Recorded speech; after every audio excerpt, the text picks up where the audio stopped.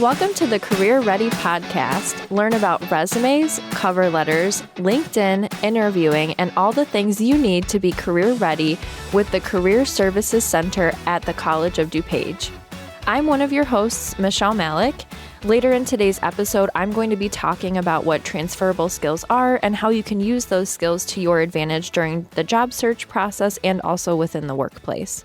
And I'm another one of your hosts, Rebecca Harrington. And at the end of this week's episode, I'll be talking about our listener mailbag questions submitted to careerpodcast@cod.edu about what to do in your resume when you're changing careers. But first, you'll hear from our other host, Pierre Michaels. For this episode's resource, we have a special treat for you as we look at AbilityLinks. October is National Disability Employment Awareness Month, or NDEAM, and AbilityLinks is a resource to support job seekers with disabilities. To help us learn about the program, we have Kate Beck, a program coordinator with AbilityLinks, to share information about it. Kate, thanks for being here today. Thank you for having me. So to get started, can you provide a quick introduction to AbilityLinks? Yes.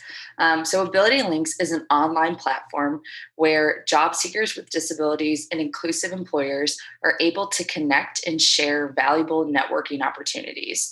Our goal at AbilityLinks is to help individuals with disabilities explore and gain meaningful employment opportunities nationwide. So who can use AbilityLinks? Any individual living in the U.S. Who has a disability can sign up and use AbilityLinks. And what is the value of using the platform? The value of using AbilityLinks is that any job seeker with a disability is able to search for work opportunities directly from employers who value disability inclusion. There's also tons of resources on our website, anything from tips on how to build your resume better, interviewing tips as well, and ways to become more successful in the workplace. Beyond those resources, are there other benefits of AbilityLinks you want to highlight? Yes. All of our employers have their own pages where they're able to add information about who they are, where they're located, phone numbers, and we also have email addresses on there. So if any job seeker wants to ask questions about a specific accommodation before applying to a role, they're able to do so. It's great that you're providing that connection. Yeah, we want to make sure that they're able to be successful in that role. So how can someone access AbilityLinks? So someone can access AbilityLinks by looking us up online. We are www.abilitylinks.org. You can also find us through our social media pages. We're listed on Twitter, Facebook, Instagram, and LinkedIn. Okay, thank you for sharing this information. I know AbilityLinks is a great resource for job seekers, and I recommend our listeners utilize the platform. Also, the Career Services Center at College of DuPage will have Kate provide a deeper dive into the platform when she leads a demonstration as part of our webinar series on Thursday, October 27th at noon. Like all our webinars, it's free to attend and all are welcome, but registration is required.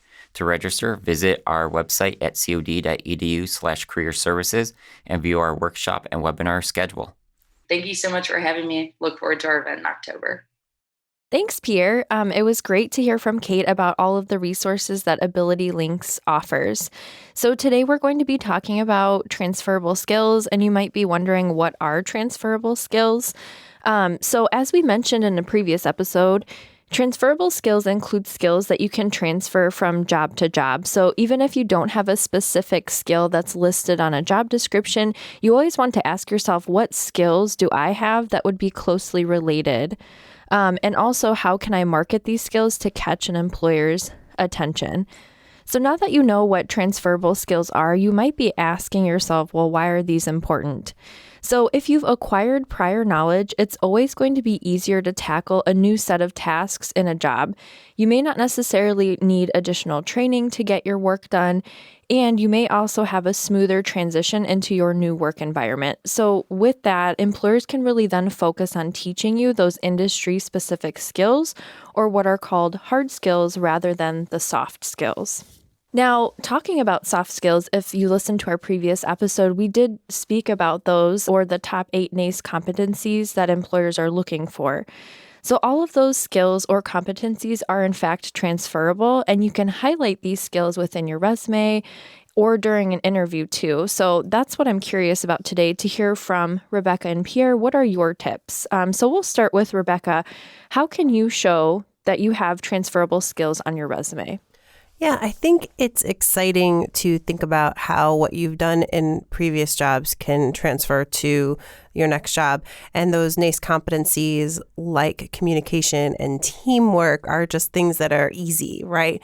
Well, hopefully easy, right? So if you think about it, even if you are somebody that maybe even hasn't had a job yet, but you've been involved on campus or involved in a volunteer organization, you've probably worked with others. You've had to communicate with others. So it's an easy one to kind of grab onto and share with others. For me, I came from being a teacher. So I was an English faculty, and now I work in career services. So for me, an easy, quote unquote, transferable skill was presenting, right? It's a way of communicating. Obviously, as a teacher, you have to present. And surprisingly, as a career service specialist, I also have to present all the time in classrooms, and even just, in an individual conversation with somebody, having that ability to explain a concept to someone else is a really important skill. So that was one that I certainly highlighted on my resume when I was transferring from being a teacher to working in career services. I love that example. Thanks for sharing that. So now I'm going to turn it over to Pierre. What about in an interview? How can you speak about your transferable skills in that setting? So a lot of times with the interview, it really comes down to the prep work. And this is true for the resume as well, but you were talking about the job description and understanding what's listed on that. So you guys know I like to talk about a Venn diagram. Right? We have our self-awareness and we have the awareness of the job. And then we try to look at that middle section where they're overlapping to identify what we want to focus in on. So when we think of our background, if that is school clubs, being academically involved in not just the clubs, but also class projects or our previous employment, and then trying to identify how does that overlap with what was in that job description. So as an example for myself, as I was getting started in the field, did an internship in a disability office. It wasn't necessarily employment related at all. I did get a chance to work with some students that were working on resumes and things like that. But my first job in a vocational side was working with job seekers with disabilities. So I focused a lot on those aspects of working with people with disabilities. And then when I transitioned into this role that I'm in now, well, the disability component wasn't as important, but the vocational job seeking side was. So making sure that I was highlighting those transferable components from job to job, because I did that Venn diagram of what did I have as my experience compared to that job description. Yeah, definitely. How about you, Michelle? Do you have any transferable skills that you've shared between positions? Yeah, so the example I can think of is I had an internship interview to become an orientation leader, and I was going to basically supervise and train other orientation leaders. So they asked me, when have you handled an emergency situation? So at the time when I was at Illinois State, I was actually working at a crisis hotline where we had to take calls from all types of callers who were in emergency situations. So I was able to use that example and let them know that I had worked closely with people who were going through different types of emergencies, and I could take that skill and transfer it to working with orientation leaders and even students if they had anything that came up for them. That's great.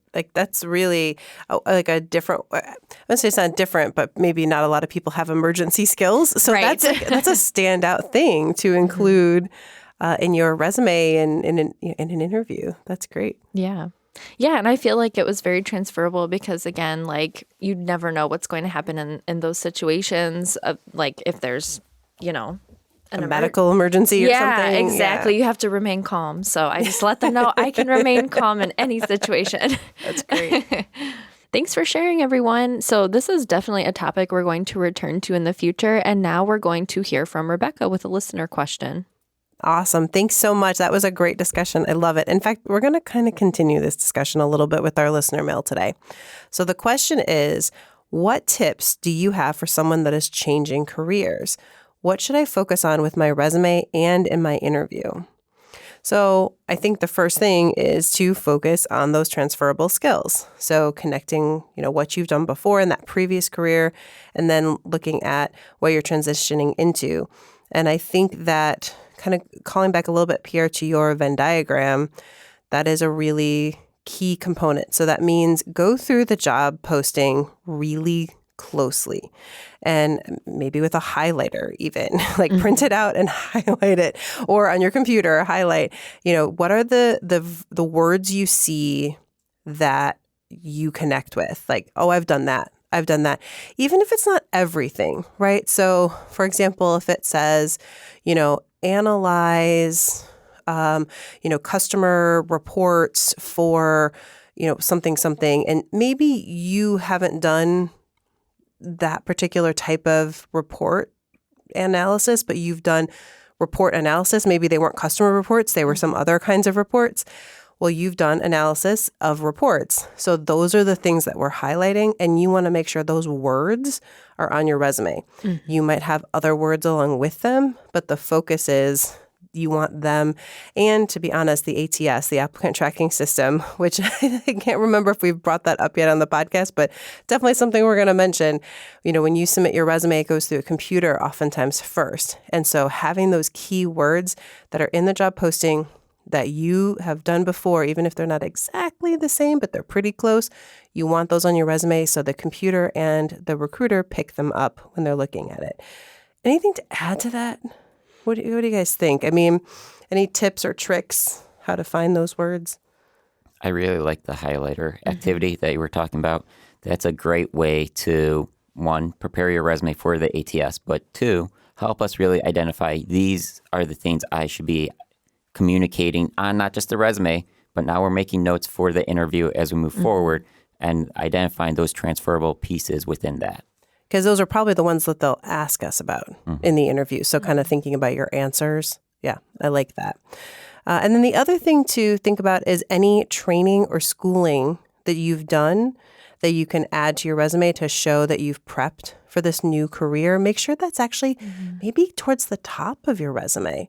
It doesn't have to be. I mean, if you're a career changer where you've worked for a long time, sometimes we move our education more to the bottom of our resume. Whereas if we're brand new, just graduated student, we like to have that education at the top. But you know what? If you are changing careers and you went back to school and you've gotten a new certificate or a new degree, it might be time, just at least for a little bit, to move that education back up towards the top of your resume. And just because you brought it up too, and that is in the question, in your interview, to really focus on some of those examples and things that you've learned in that education. But that doesn't mean that you can't also bring up your past experience in previous careers, right? Because we know there are transferable things with that too. Yeah. So, I think those are both important. So doing that research on the job posting itself and making sure that you kind of think about how you're going to organize your experience on your resume and in your interview. And then the last thing I just want to mention is do your research on the career, on the company, and show your passion. Because if you're changing careers, people want to know that you're doing it for the right reason. You're not just doing it to do it because you think, well, this sounds easier, or I'll just make more money if but no, show that you really thought about this. Like, yes, I enjoyed what I used to do, but now I've decided to do something else, and I have a passion for this thing that I'm changing into. Have you guys found that when you've interviewed? It sounds like we've all been through some career changes, right, throughout our careers. Did you find it important to show kind of your passion when you were interviewing? Yeah, for sure. I mean, I definitely agree with researching the company and what they stand for and like presenting that in an interview, because I feel like that'll show them that you care enough about that position or that company to say something about that you took the time and the initiative to look for information that you find interesting and that your goals align with the company's goals, basically. So yeah, I definitely think showing that passion is very important in an interview. Yeah, and if you're making a career change, you're making it for a reason. And the employer wants to know, why are you doing this? So if you're not passionate about the change you're making, that's a red flag to that employer. So it's not just looking at the skill sets that you're carrying with you. It's the reasoning behind that. Mm-hmm. Yeah, I think it's important to have your, this always sounds weird when I say this to people, but almost like have your story. Like, what is your story? Why did you get into what you used to do, and why are you transitioning now? And also, I think understanding that the person that's reading your resume, that you're interviewing with, is a person.